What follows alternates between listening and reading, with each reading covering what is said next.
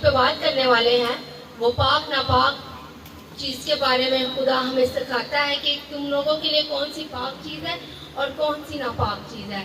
پرانے عہد نامے میں ہمیں بڑے اچھے طریقے سے استثنا کی کتاب میں نظر آتا ہے کہ بہت سے ایسے جانور ہیں جو ہمارے لیے ناپاک ٹھہرائے گئے ہیں، اور نئے عہد نامے میں بھی ان تمام باتوں کو بار بار پولس رسول پطرس ان باتوں کو یاد فرماتے ہیں اور کہتے ہیں کہ تورات میں یوں لکھا تھا۔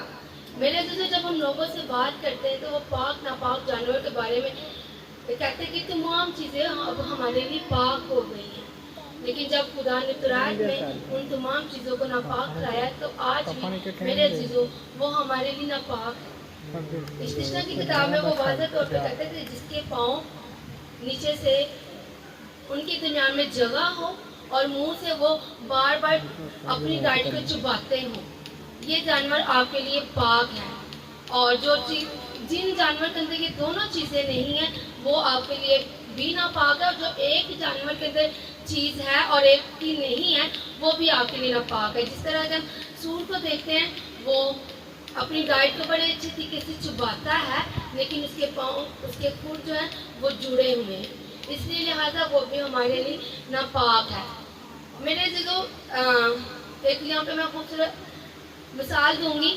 خدا نے پوری روئی زمین پہ تمام لوگوں کو ناپاک ٹھہرایا تو اس نے ابراہیم کو پاک جانا، ابراہیم کو اس نے نیک جانا، اور اس نے اسرائیل کو ایک پاک قوم کا نام دیا۔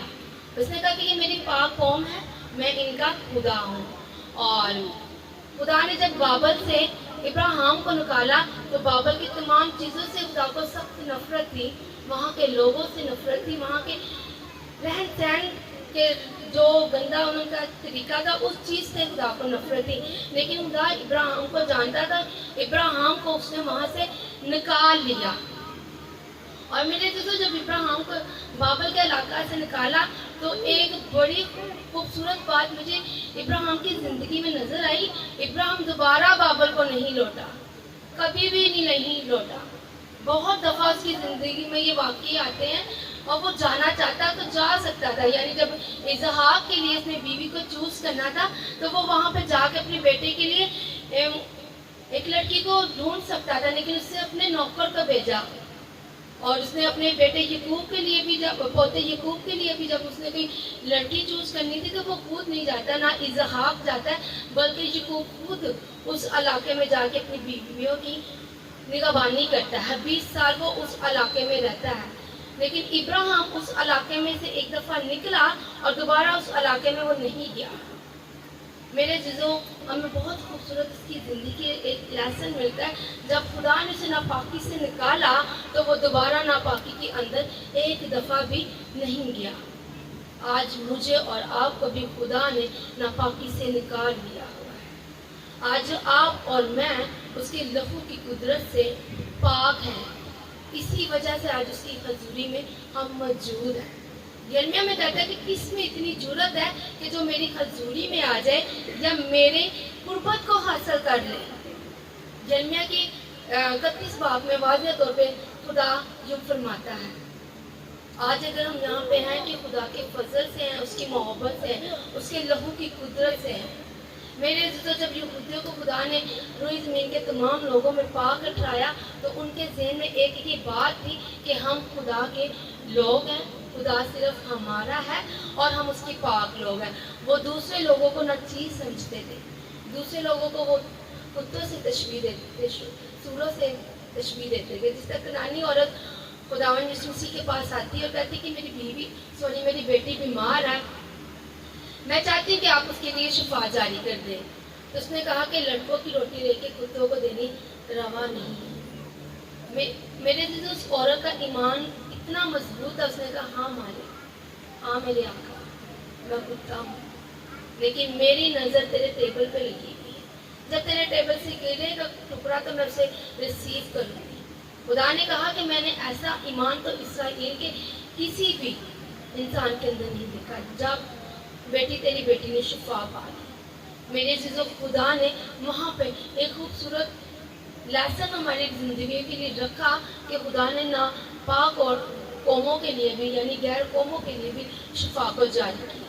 لیکن پطرس اس چیز کا ایکسیپٹ کسی چیز میں کسی اینگل سے کر ہی نہیں رہا تھا. پطرس جب چھت پہ سو رہا ہے تو اسے بھوک لگتی ہے اور آسمان سے ایک چادر نیچے آتی ہے. تو اس چادر کے اندر ہر طرح کے جانور کیڑے مکوڑے پائے جاتے ہیں. خدا سے کہتا ہے اٹھ اور اسے ذبح کر اور کھا. اور وہ کہتا ہے کہ خدا تو جانتا ہے کہ میں یہودی ہوں اور میں ناپاک چیزوں کو کبھی ہاتھ نہیں لگاتا تو میں منہ کیسے لگا دوں. خدا نے اسے وہاں پہ فرمایا جن چیزوں کو میں نے پاک ٹھہرایا ہے وہ چیزیں تیرے لیے پاک ہیں. ہاللیلویا. میرے عزیزوں بہت سے لوگ یہاں پہ کہتے ہیں کہ تمام کیڑے مکوڑے جانور ہمارے لیے پاک ٹھہرائے گئے. لیکن یہاں پہ خدا اسے غیر قوموں کے بارے میں کہتا ہے کہ میں نے خود سب کے لیے اپنا لہو بہایا ہے. یہاں پہ وہ ایک اس فیت کو پطرس کی زندگی پہ ظاہر کرتا ہے. آج ہماری زندگی پہ بھی ظاہر کرتا ہے کہ غیر قوموں کے اندر بھی جا کے خدا کے کلام کی خوشخبری سنا. جب پطرس اس چیز کو جان جاتا ہے تو پھر پطرس غیر قوم کے انسان کی گھر جاتا ہے جس کا نام کرنیلیس ہوتا ہے. وہ ڈر اور خوف میں زندگی بسر کر رہا ہوتا ہے. خدا کے ساتھ چل رہا ہوتا ہے. خدا کے حضور وہ اپنے خراج پیش کرتا ہے. میرے عزیزو آج بھی خدا تمام ان لوگوں کو جو غیر قوموں میں سے تعلق رکھتی ہیں لیکن جو اس کی قربانی پہ ایمان رکھتی ہیں, جو اس کے لہو پہ ایمان رکھتی ہیں, جو اس کی صلیب پہ قربان ہو جانے کے پہ ایمان رکھتی ہیں, آج وہ بھی ہماری طرح پاک ہے. میرے عزیزو ہمارے جو گناہ ہو چکے ہیں, جو گناہ ہونے والے, جو گناہ ہم کر رہے ہیں, ان تمام گناہوں سے خدا نے ہمیں خلاصی دیتی ہے.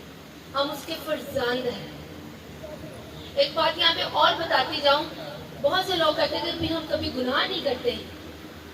جن کی زندگی میں خدا کا روح کام کرتا ہے وہ کبھی گناہ نہیں کرتا. یوحنا کی انجیل میں لکھا ہے جس میں خدا کا تخم بسا ہے وہ گناہ کر ہی نہیں سکتا. اگر آپ کی زندگی میں خدا کا روح کام کرتا ہے تو آپ کبھی گناہ کر ہی نہیں سکتے. پھر آپ خدا کے تخم ہے تو پھر آپ کی زندگی میں گناہ نام کی کوئی چیز ہونی ہی نہیں چاہیے. میرے عزیزو ابراہیم جانتا تھا کہ میرا یہ یہوہ پاک خدا پاک ہے اور اس نے مجھے پاک ٹھہرایا ہے. اس لیے وہ اس ناپاکی کی زندگی میں, ناپاکی کے علاقے میں, ناپاک لوگوں کے اندر کبھی بھی نہیں گیا. اگر آپ کے بھی سرکل کے درمیان جو گرد لوگ ناپاک ہیں تو آپ پہلی کے بات ہے ان سے خدا ان کے کلام کی خوشخبری کے بیچ سنائیں. اگر وہ ان سچے موتیوں کو ایکسیپٹ کرتے ہیں تو آپ ان کے ساتھ اپنی دوستی رکھیں. اگر وہ ان سچے خوبصورت موتیوں کو, اس کلام کو اپنی زندگیوں میں قبول نہیں فرماتے تو آپ ان سے بائیکاٹ کریں. جس طرح ابراہیم نے اپنے رشتے دار عزیز ناتوں کو تمام لوگوں کو چھوڑ دیا. تو میرے عزیزوں خداوند کا حکم بھی ہے اپنے آپ کو پاک کرو کیونکہ تمہارا زندہ خدا پاک ہے. اور جب اشتشنا کی کتاب میں جب خدا نے ہمیں تمام ان جانور اور پرندوں کے بارے میں آگاہ کر دیا ہے تو پھر ہم نے وہی چیزیں کھانی ہے جو پاک ہے. پولس رسول کہتا ہے کہ دکانوں پہ جاؤ, قصاب کی دکانوں پہ, وہاں پہ جو چیزیں تمہیں ملتی ہیں وہ چیزیں پاک ہیں. یعنی آپ جس علاقے میں رہتے ہیں وہاں پہ آپ کو پاک ہی چیزیں ملیں گی. لیکن آپ جیسے چائنا میں چلے جاتے ہیں, یورپ میں چلے جاتے ہیں, اگر آپ کو وہاں پہ ناپاک چیزیں کھانے کو ملتی ہیں تو آپ مت کھائیں. میرے عزیزوں وہاں پہ بہت سی ناپاک چیزیں بھی کھائی جاتی ہیں. وہ ناپاک چیزیں کھانے سے آپ کی باڈی کے اندر بھی کوئی ریئیکشن ہوتا ہے. خدا نے جس کی وجہ سے ان چیزوں کو کھانے کے لیے آپ کو منع کیا ہے. تو ہم نے اپنے آپ کو نہ صرف دنیاوی طور پہ پاک کرنا ہے بلکہ ہم نے اپنے آپ کو روحانی طور پہ بھی پاک کرنا ہے. پطرس اس بات کو جان چکا تھا. وہ غیر قوموں سے بڑی نفرت کرتا تھا. وہ ان کے ساتھ اٹھتا بیٹھتا نہیں تھا, کھاتا پیتا نہیں تھا, خدا کے کلام کو شیئر نہیں کرتا تھا. لیکن خدا نے اس پہ یہ بیت کھولا کہ جن چیزوں کو میں نے پاک ٹھہرایا تو کون ہوتا ہے ان چیزوں کو ناپاک ٹھہرائے. خدا ان کے کلام کو پڑھتے ہوئے, اس کو اپنی زندگی میں عملی جمع بناتے ہوئے, ہر روز اس کلام سے ہم غسل لیتے ہوئے پاک ہوتے جاتے ہیں. اور جیسا ہمارا یہوہ پاک خدا ہے, ضرورت ہے ہمیں ویسا بننے کی. اور وہ پھر کہتے ہیں کہ تم میرے نام سے جو مانگو گے وہ ہو جائے گا تمہارے لیے جب ہم اس کی مانت بنیں گے. جب ہم اس کے محبوب بن جائیں گے تو پھر تمام وہ چیزیں ہمارے لیے ہو جائیں گی جو چیزیں ہم منہ سے نکال لیں گے. ہاللیلویا. خدا نے ہمیں دنیا پہ شاگرد بنا کے بھیجا ہے. اگر آپ سب مسیح گھرانوں میں پیدا ہوئے ہیں، ایک ایک انسان کی زندگی میں مسیح کام کر رہا ہے، تو آپ ایک ایمبیسی ہے، خدا کی ایمبیسر ہے. آپ کی زندگی سے خدا ان کے نام کو عزت و جلال ملنا چاہیے.